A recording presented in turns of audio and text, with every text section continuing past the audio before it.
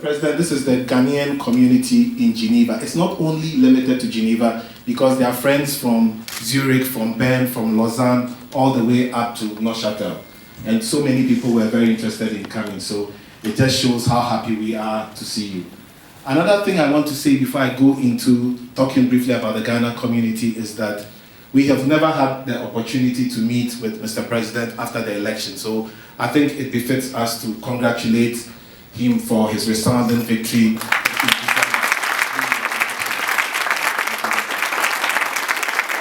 Now I'll be very brief because I think today you came here to listen to the President and not to me. So I'll be brief. I'll say three things. The first is that I think Geneva, or Switzerland for that matter, is very unique.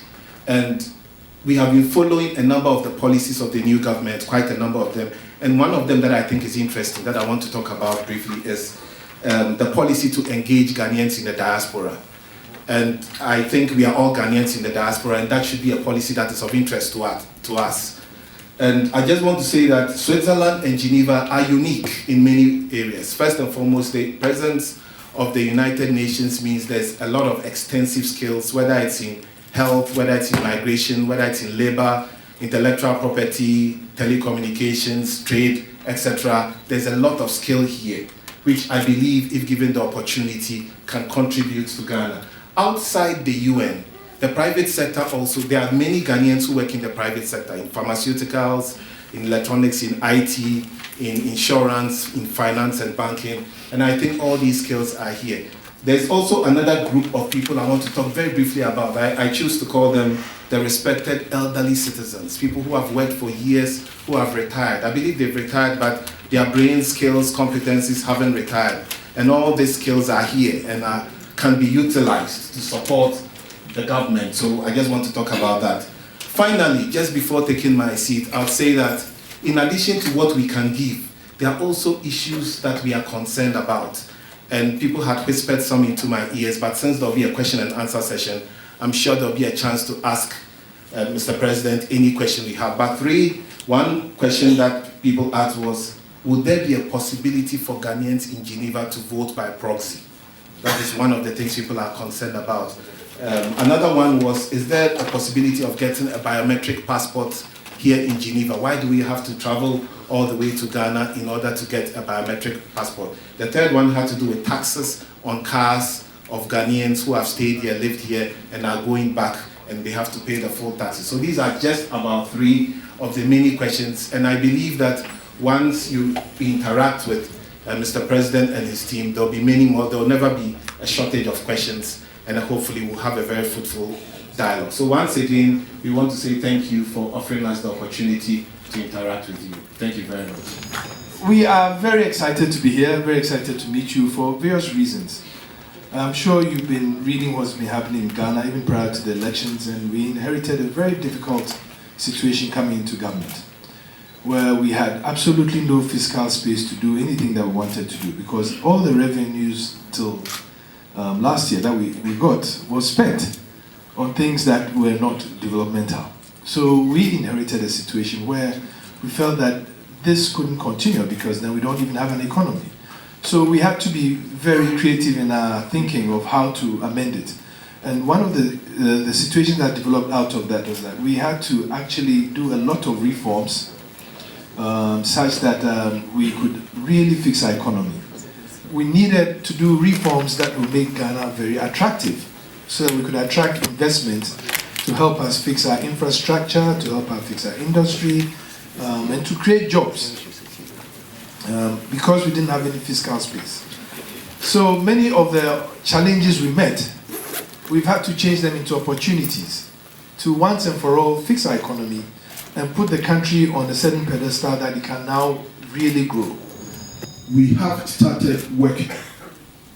Your fleet mentions some of the problems that we have met. A very, very bad economy. Economy to the extent that, yes, you all heard that way back in 2011, Ghana had perhaps one of the highest growth rates in the world, growing at 14% in GDP terms. But they come to think of it, 5 years after, Ghana grew at 3.2%. The economy started shrinking just after we hitting the peak, to the extent that even population growth was almost at par with development growth. So what will be the resultant effect? The resultant effect is that, yes, because the economy is not growing, many people who turned out of schools were not getting job space to work within the economy. The public sector, which perhaps provided the alternative space for people to be recruited, could also not absorb, because government has also gone into a program of an IMF, which also said that we could not recruit except in areas of health and education for. So where were our young men and women going to get work to do? So what His Excellency, the President, has set out to do is to make sure that the economy grows very fast. Yes, 3.1, the President is saying that no, he expects us to be moving in the next few months from 3.1 to 6.9, almost 7%. This will mean that the economy is going to expand. And I want to believe that even after the first year, we're going to grow at a rate which is even higher than what we have targeted for ourselves. Because we believe that if we're able to grow the size of the economy, if we are able to build confidence in the management of the economy and the private sector should respond, then the private sector will provide an alternative avenue for employment to our teeming young people who are coming up. We said a lot about how we want to involve the overseas Ghanaians in the development of Ghana. I've talked a lot about it during the campaign. I've had a lot to say about it every time I've visited Ghanaian communities outside the country. Many of the commitments, we began trying to find a way to fulfill them. First of all, I've established in the Presidency a Diaspora office, which is manned by one of you, somebody who's been living in Europe for a long time. It's going to be assisted by a young woman who's been living in North America, so that as it were, the two main areas of Ghanaian immigration are covered. There is already in the Foreign Office a unit in the Foreign Office that deals with it. But I think that in a matter like this, the force of the presidency matters. And the unit that has been set up in the presidency is going to liaise very closely with the unit in the Foreign Office to make sure that certain basic concerns of the diaspora community, the Ghanaians overseas, are addressed. To that extent, also, we're committed to holding a homecoming summit sometime in July. I believe a date has already been fixed, but it escapes me at the moment.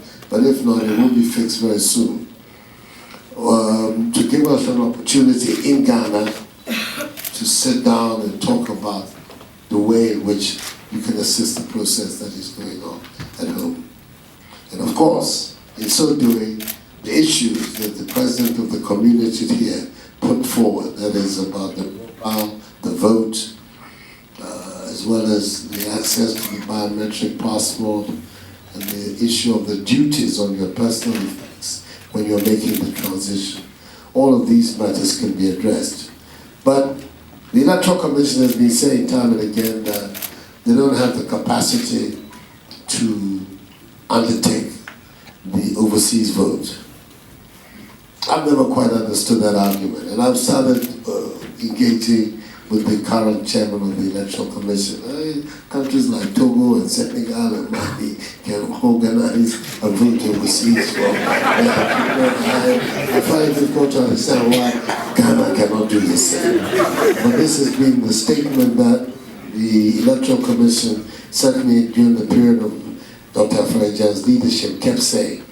The law, as you know, was passed. It was one of the last laws passed by the NPP government of J. Akufo-Addo. So we will continue to engage because it's not my responsibility. The responsibility of everything to do with elections is that of the Electoral Commission. It's supposed to be an independent body, and now our constitutional arrangements, to whom none of us are entitled to give directions or instructions. We can make suggestions and recommendations, they can take it or not, as the case may be. But I think that it is a matter that has become of moment, and I'm urging the current leadership of the Electoral Commission to give a close, hard look at what we can do so that, God willing, the 2020 election at least will have this. But I think it's important that your voice is added to mine in raising the issue so that everybody can get on board. Duties on cars and personal possessions is a discussion that has not yet found closure, but it's a discussion that is ongoing, and hopefully sooner than later we will get some clarity about it. I think that the existence of the Diaspora office and the presidency will also allow this matter to be taken up with greater vigor and urgency. We are yet again at one of those moments in Ghanaian history where we have a chance, if all of us, myself, the citizenry, government, various institutions of our republic, take up our responsibilities seriously. Why am I saying it? I'm saying it that look at the context of our country within the West African region and the wider African continent. Something has happened in Ghana which is, in some ways, unique. There's first of all the leadership we provided for the freedom and independence of the continent.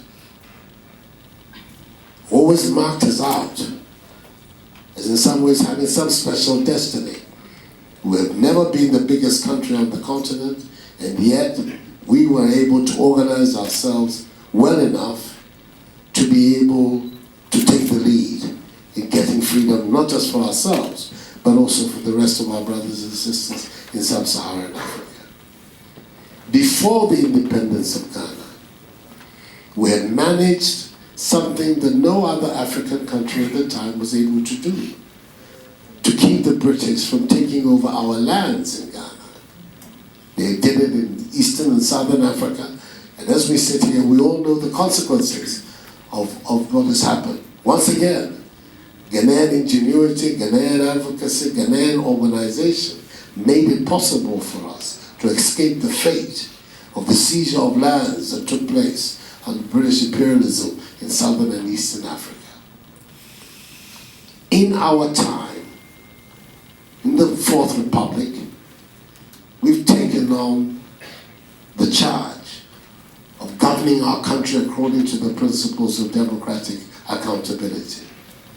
In so doing, within a generation, on 3 separate occasions, we have been able to effect the peaceful transition of power, transfer and transition of power from one party to another in opposition.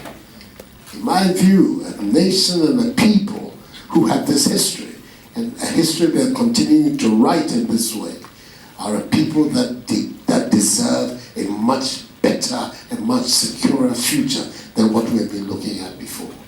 The Ghanaian people,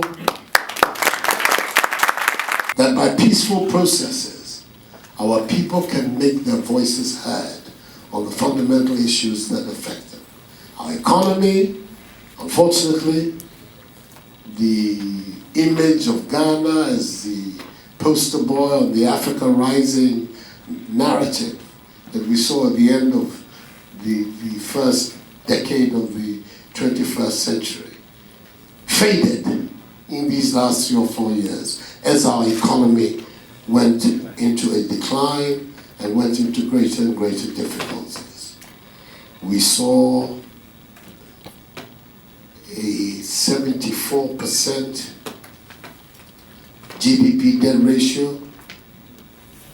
We've seen the slowest rate of growth for over 20 years, 3.6%, I believe, in 2016. We've seen consistent declines in agricultural and industrial output, widespread unemployment, persistent allegations of widespread corruption within our governance system. And all of these were the pretext for the intervention that our people made on the 7th of December, that they needed a change in national direction and in national leadership. That is what has brought me here. That is what has brought me into office. That demand for change. And therefore, my responsibility, the responsibility of my party, I believe the responsibility of our nation, is to organize ourselves in such a way that we can effect that change.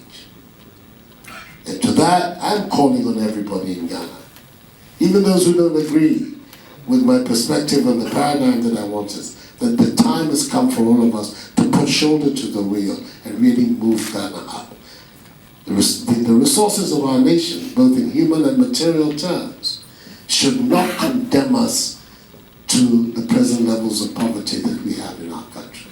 The mass of our people, 60 years after independence, has not materially changed. And I'm saying that we now have run out of excuses in justifying that set of circumstances, because we have it within us to create a new paradigm. What is that paradigm? That we can build a Ghana beyond aid.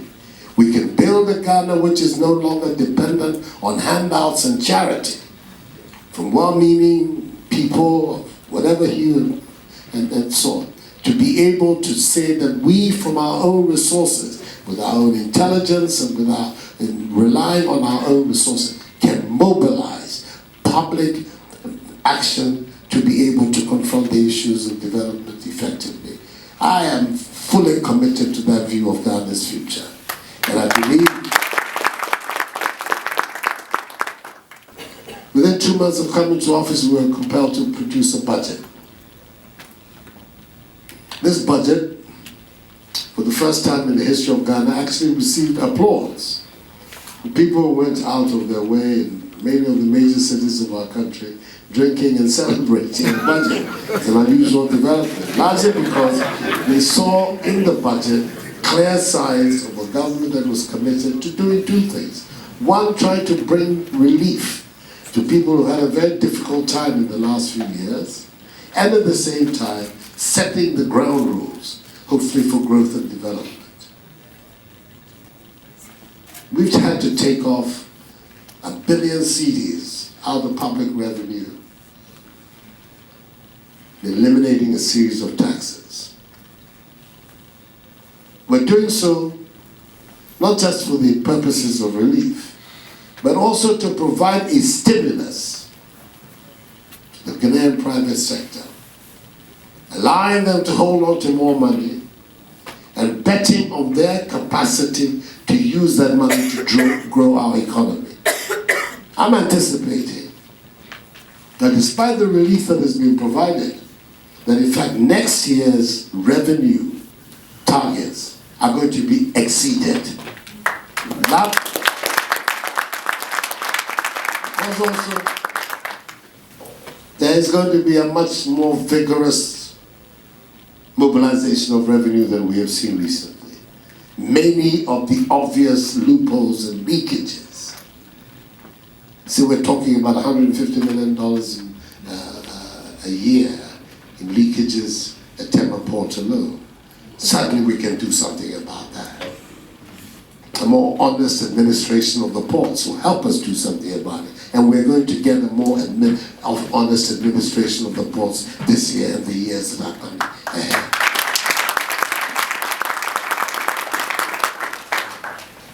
And providing a lead for the private sector to be able to grow our economy. We put inside the budget, despite the challenges that you talked about the absence of fiscal space, $100 million relief stimulus package for Ghanaian local industry within the confines of the budget. All of this part of the desire we have to grow the economy as rapidly as possible. So the measures that are being taken now, first of all, to address the difficulties that our people have, and at the same time, provide a platform for growing the economy. At the same time, we recognize the need at all stages of our national development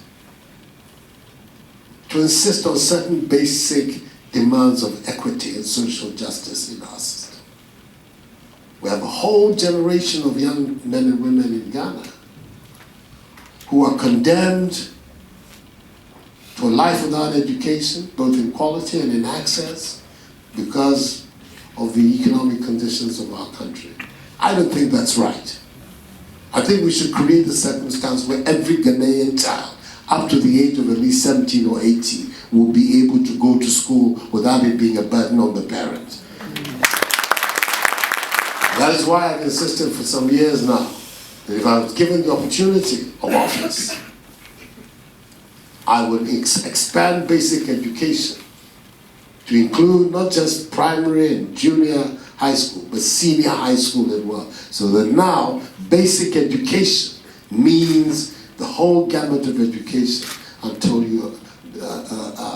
the tertiary level, and to make that open to every Ghanaian child, so that from September, the new academic year, entrance into our public school system are going to be able to go to school without having to pay school fees.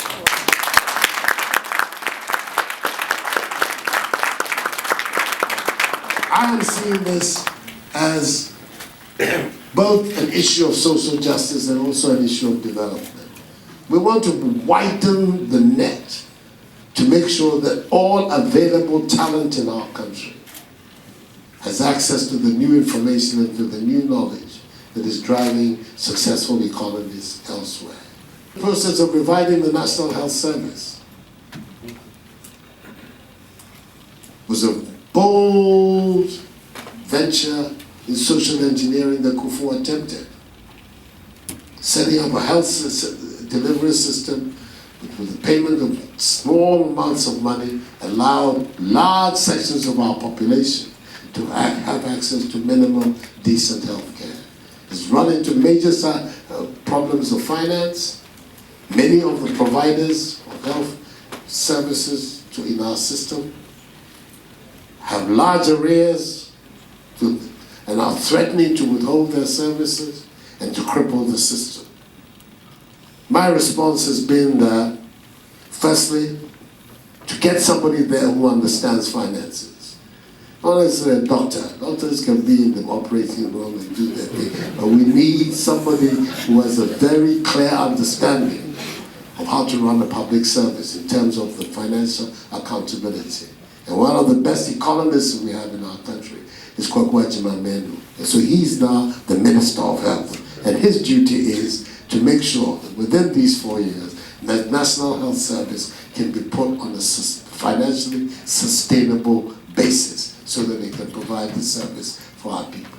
We think that if indeed we maintain this attitude towards development, to the extent that we're freeing our private sector and counting on the sense of enterprise and creativity and innovation that is within our people to drive the economy, at the same time that there are certain basic and fundamental needs of everybody in the population that are met, access to health care, access to education, we will be able, hopefully, to square the circle and have that inclusive approach to national development that will make us succeed. We were required to find solutions to the problems of Ghana. I think very soon you will hear that we have found a solution.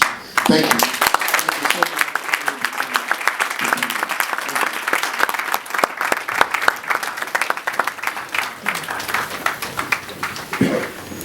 I believe that as we have this big vision of what we want to achieve, we need to break it down to the man in the street to understand. So for example, if we look at us, Ghana, and the way that we do things, I have an acronym in my head, KSK, as to how we can go about in our daily lives to ensure that we are able to achieve the vision that you are talking about.